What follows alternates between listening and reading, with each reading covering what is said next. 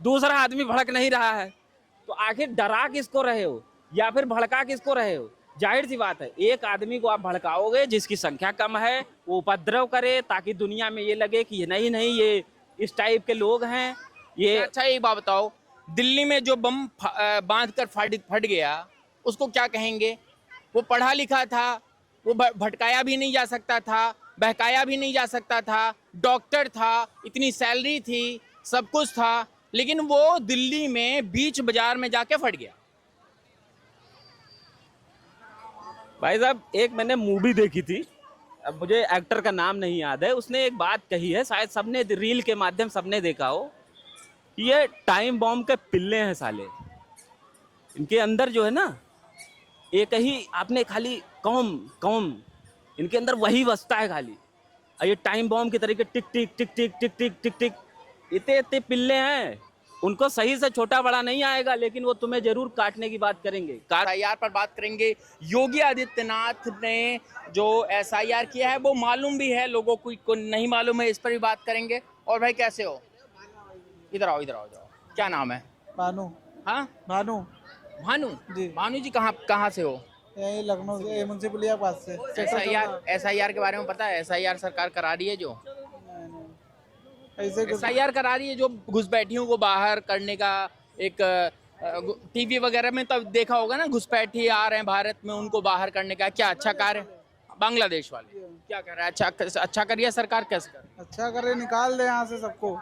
निकाल दे। बहुत सारे लोग कह रहे हैं नहीं भाई ये तो गलत कर रही है, जो है लोगों को इस तरह से यहाँ निकाल देंगे तो कहाँ जाएंगे?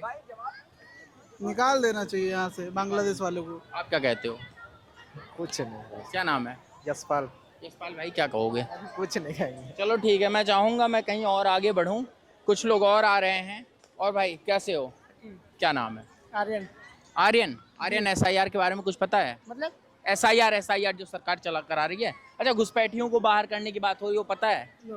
अरे वो जो बंगाल, पश्चिम बंगाल। नहीं, हम सोशल मीडिया से दूर रहते हैं। अच्छा, टीवी वगैरह तो देखते होगे? नहीं। सोशल मीडिया नहीं। Politics, no. वोट अभी देने लायक हो कि नहीं? नहीं। इस बार हो जाओगे 27 के चुनाव में? नहीं। चलिए ठीक है, कोई बात नहीं। मैं चाहूँगा, और भी लोग हैं, ये वीडियो बना रहे थे। चलिए मैं कोशिश करूँगा थोड़ा सा और आगे बढ़ें, और भी लोगों को मैं कैप्चर करूँगा। आ जाइए। या फिर पब्लिकली हम अगर बिल्कुल देखें, जमीन publicly। स्तर पे देखें, तो ऐसा है कि अगर हमारी सरकार हमें नहीं खिला सकती है, तो ये बाहरियों को खिलाने या बाहरियों को रखने। ऐसे में तो भाई, ऐसे में तो बेचारे गरीब वो कहाँ जाएंगे? डिटेंशन सेंटर में डाल दोगे, इतनी सर्दी है, वो कहाँ जाएंगे? नहीं तो वो देखिए, डिटेंशन सेंटर में तो ये हमारे लोग नहीं जाएंगे, हमारे लोग को तो भी जाना चाहिए। आप ना यही लखनऊ में रहते हैं, लखनऊ में 20% आबादी जो है खुले में सोती है, और ये जो फूल बेचते हैं, गुब्बारा बेचते हैं, इनसे कोई पूछता है? ये रोहिंग्या ही तो हैं, ये बाहर से आए हुए तो लोग हैं। जगह जगह शहर के चारों कोनों पे झुग्गियां हैं। अब एक बात बताइए, नहीं छोड़िए, जगह जगह सारे कोनों पे झुग्गियां हैं। जितने आप लखनऊ शहर से बाहर की तरफ जाएंगे, हर जगह झुग्गी है। एक बार अगर एक मिनट, जैसे अभी कल अमित शाह का बयान आया, सवाल पूछ रहे थे पत्रकार, कह रहे हैं कि साहब ऐसा है कि सरकार आपकी है 14 से, और बॉर्डर, जो भी बॉर्डर का एरिया है वो बीएसएफ देखती है, वो भी आपके हाथ में है। तो अमित शाह ने इसका जवाब दिया कि जो बंगाल है वहाँ से बहुत ज़्यादा भारी मात्रा में रोहिंग्याज आए हैं, और जितने भी आपके स्टेट हैं, आ जाइए, जो भी जितने भी आपके बॉर्डर स्टेट हैं, वहाँ पर हमारी सरकार पूर्ण बहुमत के साथ नहीं रही, अगर हम गुजरात को छोड़ दे तो उन्होंने कहा कि लिखित में दिया है अमित शाह जी, मतलब गृह मंत्री ने कई बार लिखित में दिया है, ममता से बात करी है, मुख्यमंत्री से, कि फेंसिंग के लिए हमें दीवारें बनानी है, जगह दे दीजिए। ममता सरकार ने जगह नहीं दी 2014 से अब तक। क्या कहेंगे इस पर? तो फिर इस पर हम एक ही चीज कहेंगे, या तो फिर गोदी मीडिया है। मीडिया में तो अगर उन्होंने जमीन नहीं दिया है सेंट्रल में, फिर आपकी सरकार क्या कर रही है? या तो फिर सेंट्रल छोड़ दीजिए, कह दीजिए हम राज्य लड़ेंगे। सेंट्रल में आप एक बात बताइए, भारत दूसरे स्थान पे आता है ना भाई जनसंख्या के मामले में, और छोटी कंट्री तो है नहीं कि पाकिस्तान कितना या बांग्लादेश कितना। इतनी बड़ी कंट्री के आप जो है मेन वो हैं, क्या बोलते हैं उसको, पीएम है जो भी। तो एक बात बताइए, आपके हाथ में कुछ है नहीं, आप ये टाल उन्होंने कहा है कि हम पत्र लिख रहे हैं बार बार जब तक बंगाल में सरकार नहीं आएगी तब तक हम उस चीज़ को नहीं इम्प्लीमेंट कर सकते, क्योंकि हो क्या रहा है, अगर रोहिंग्या आ रहे हैं तो वो बिहार में घुस जाएंगे जब तक वो बॉर्डर से क्रॉस ना हो, और जब तक हमारा बॉर्डर स्ट्रांग ना हो तब तक कुछ नहीं हो सकता। अगर बीएसएफ को दीवार तक बनाने के लिए जमीन नहीं दे रही है, वो सरकारों का हाथ होता है, जो भी स्टेट में सरकार है, तो ममता दीदी ने नहीं दिया। तो क्या आपका कहना है कि इसमें नियत में कुछ लग रहा है ममता के खोट? देखिए, इसमें ममता जी का कोई खोट वोट हम ऐसा कुछ नहीं बताएंगे, क्योंकि देखिए यहाँ की गवर्नमेंट तो ममता है नहीं। अब जैसे न्यूज वाले बता देते हैं ममता ने ये कर दिया, ममता ने वो कर दिया, वही है न्यूज वाले बता देते हैं मोदी जी ने जाके पाकिस्तान में ये गिरा दिया। सेंट्रल गवर्नमेंट की सरकार है आपकी भाई साहब, ये बुद्धू उसको बनाइए जो ना जानता हो। ये तो खुद ही चाह रहे हैं कि आप ये इसी कंट्रोवर्सी में आप चलते रहिए, क्योंकि आप कुछ पूछ ना क्या कहेंगे भाई साहब इस पर? सुन रहे हैं, क्या कहेंगे सर? क्या पूछना चाह रहे हैं आप? एसआईआर जो कर रही है सरकार रोहिंग्या, और जो खासकर बांग्लादेश से आ रहे हैं, तो बांग्लादेश में तो सरकार जो है, बांग्लादेश तो छोड़िए, जो सेंट्रल जो है हमारा, वो देख रहे हैं नरेंद्र मोदी 2014 से अब तक किसको दोषी करार देंगे इन रोहिंग्याओं के लिए? अभी जहाँ तक अपने देश की बात है तो हमारे देश के जो है प्रधानमंत्री माननीय नरेंद्र मोदी जी हैं, ठीक है। अभी जितनी भी चीज़ है सब उनके हाथों में है। अभी जैसे आज जो रोहिंग्या मुसलमान या रोहिंग्या जो भी आते हैं, कोई भी हो, किसी भी कंट्री से कोई आ रहा है यहाँ पे, तो उसका जिम्मेदार ये आम नागरिक नहीं है, क्योंकि अगर हमारे देश में किसी को आना है या घुसना है तो पहले तो हर तरफ से हम लोगों की चार दीवारी है। वो चार दीवारी कौन सी खुली हुई है जो हमारे देश के अंदर रोहिंग्या लोग आ जा रहे हैं? ये चीज़, इसका जवाब तो सरकार को देना चाहिए।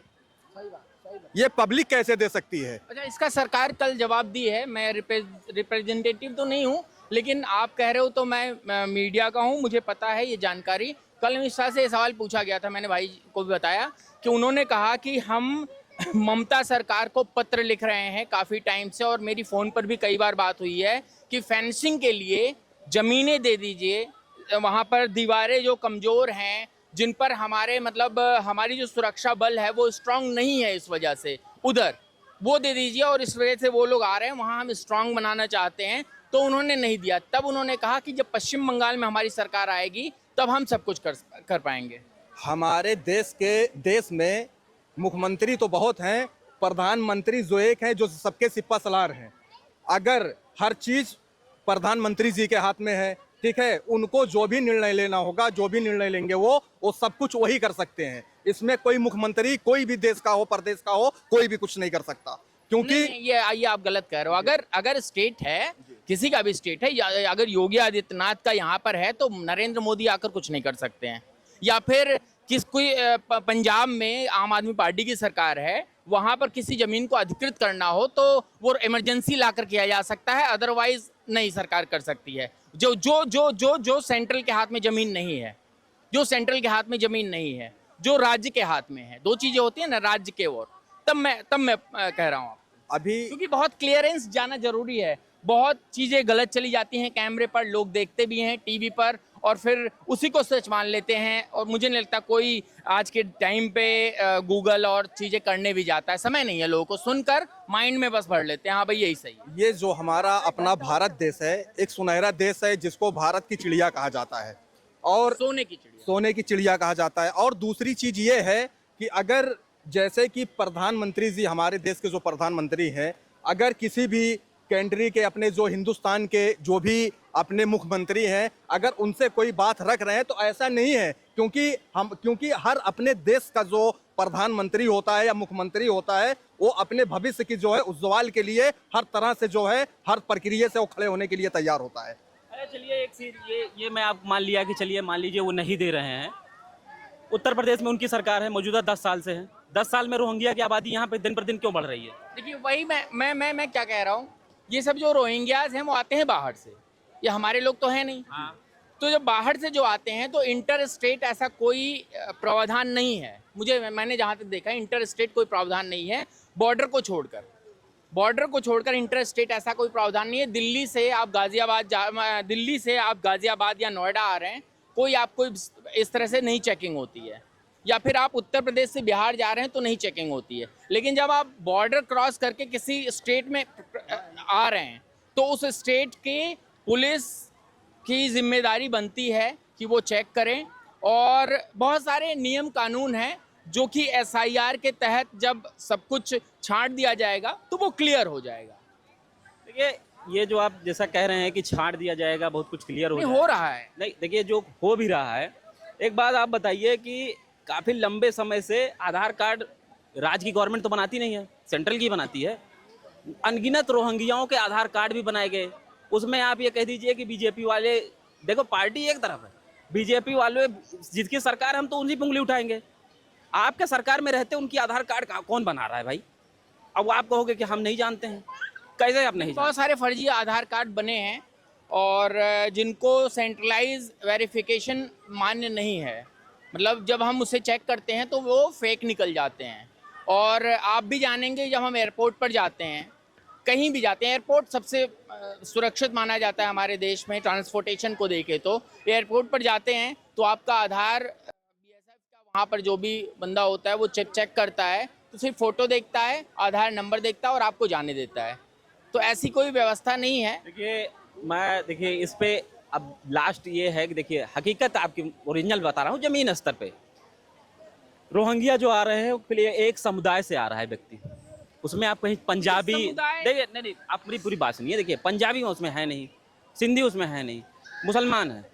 और रही बात यह है कि मौजूदा गवर्नमेंट जो बीजेपी की गवर्नमेंट है, पूरी की पूरी गवर्नमेंट हिंदू बनाम मुस्लिम पे ही चल रही है, और जितनी मुस्लिम की संख्या बढ़ेगी उतना लोग हिंदुओं को डराएंगे, और जितना डराएंगे उतना लोग कहेंगे नहीं नहीं बीजेपी अच्छी है। मैं शायद इसको नहीं मानता, क्योंकि अगर ऐसा होता, हिंदू वर्सेस मुस्लिम होता, तो शायद आज मुसलमानों को वो जो सरकारी योजनाएं हैं वो नहीं मिल रही होती। देखिए योजना एक अपने, क्योंकि डीएम इनके हैं, प्रधान इनका है, होता है, आपने देखा होगा ग्राम प्रधान भी कहीं ना कहीं पॉलिटिकल अटैच्ड होते हैं।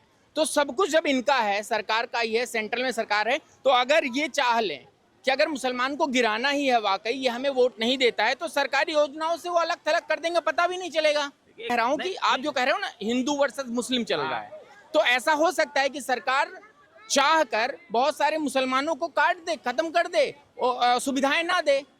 रवीश कुमार बोलेंगे, अजीत अंजुम बोलेंगे, जो मुखर हैं इस वक्त जो सरकार के खिलाफ बोलते हैं, और बहुत सारे लोग कहते हैं बोलकर कर क्या लिया।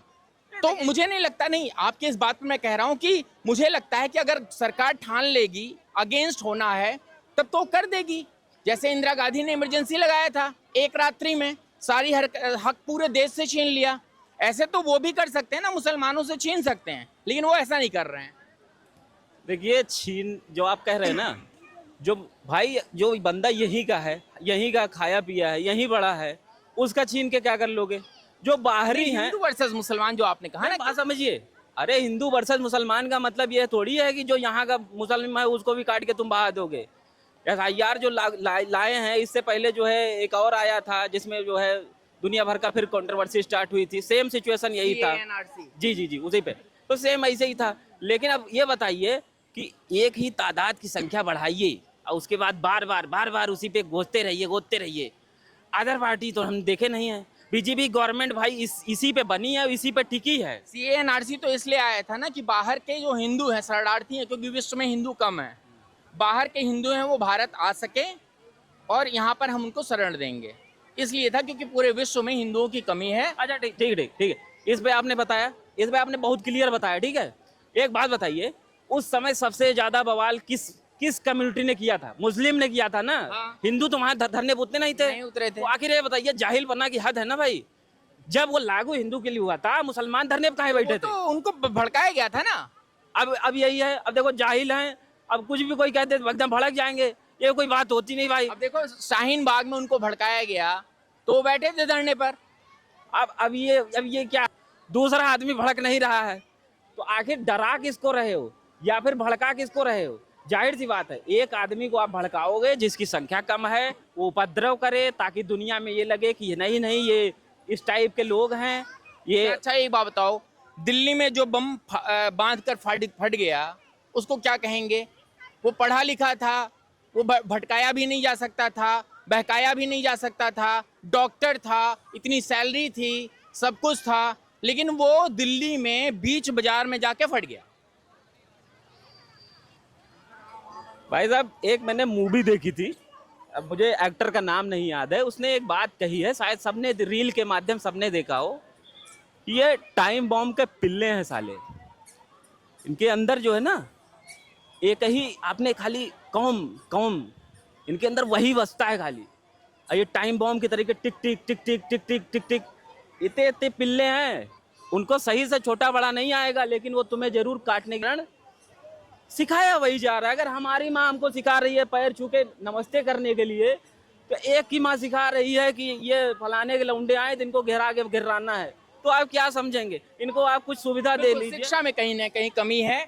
अगर देश टूट रहा है तो इस देश में वन नेशन वन एजुकेशन होना जरूरी है। मदरसे में जो पढ़ाया जा रहा है वही कॉन्वेंट में पढ़ाया जाना चाहिए, वही सरस्वती शिशु मंदिर में पढ़ाया जाना चाहिए, तब शायद हमारे देश का कुछ हो सकता है। बहुत बहुत धन्यवाद भाई, आपसे बात हुई। ओनली न्यूज़ 24x7 चाहता है कि आप इस खबर को अधिक से अधिक शेयर करें। बहुत लंबी बहस चली गई और हम फिर मिलते हैं किसी और वीडियो।